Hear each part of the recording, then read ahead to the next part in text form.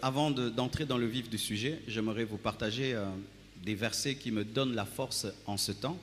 Parce que vous savez, en chaque période de la vie, Dieu te donne une parole qui te fortifie. Et j'aimerais vous partager cela. Et j'aimerais que ces paroles soient vos paroles. Parce que quand Dieu donne au pasteur une parole, tout le monde doit suivre cette parole. Les fidèles ne peuvent pas avoir un comportement différent du pasteur. Hébreux 12, versets 2 à 4, la Bible dit ceci. « Ayant les regards sur Jésus, le chef et le consommateur de la foi, qui, en vue de la joie qui lui était réservée, a souffert la croix, méprisé la honte et s'est assis à la droite du trône de Dieu. Considérez en effet celui qui a supporté contre sa personne une telle opposition de la part des pécheurs, afin que vous ne vous lassiez point l'âme découragée.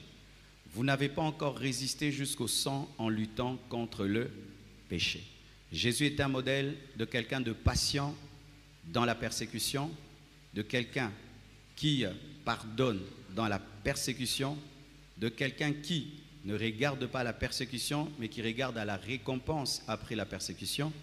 Et lorsque tu fais de Jésus ton modèle, quand tu es persécuté, tu n'es pas découragé, et tu acceptes de souffrir quand tu luttes contre le péché. Matthieu 5, versets 9 à 12. La Bible dit, « Heureux ceux qui procurent la paix, car ils seront appelés fils de Dieu. Heureux ceux qui sont persécutés pour la justice, car le royaume des cieux est à eux. Heureux serez-vous lorsqu'on vous outragera, lorsqu'on vous persécutera, lorsqu'on dira faussement de vous toutes sortes de mal à cause de moi. Réjouissez-vous et soyez dans l'allégresse, parce que votre récompense sera grande dans les cieux, car c'est ainsi qu'on a persécuté les prophètes qui ont été avant vous. » Si tu t'appelles prophète, cette parole va s'accomplir dans ta vie. Dis Amen. Amen. La Bible ici nous enseigne qu'un enfant de Dieu, c'était un porteur de paix, pas un porteur de trouble. De deux, quand tu es persécuté pour la justice, tu ne te reproches de rien, mais tu es persécuté, sois dans la joie parce que Dieu va te récompenser au ciel. Et sois dans la joie parce que tu es comme les grands prophètes de la Bible.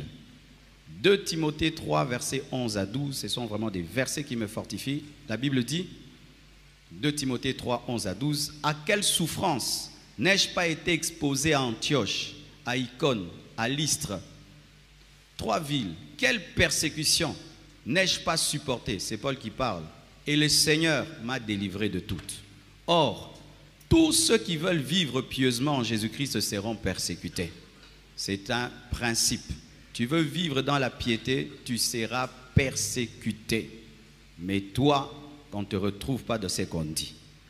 1 Corinthiens 4, versets 12 à 13, la Bible dit, « Nous nous fatiguons à travailler de nos propres mains.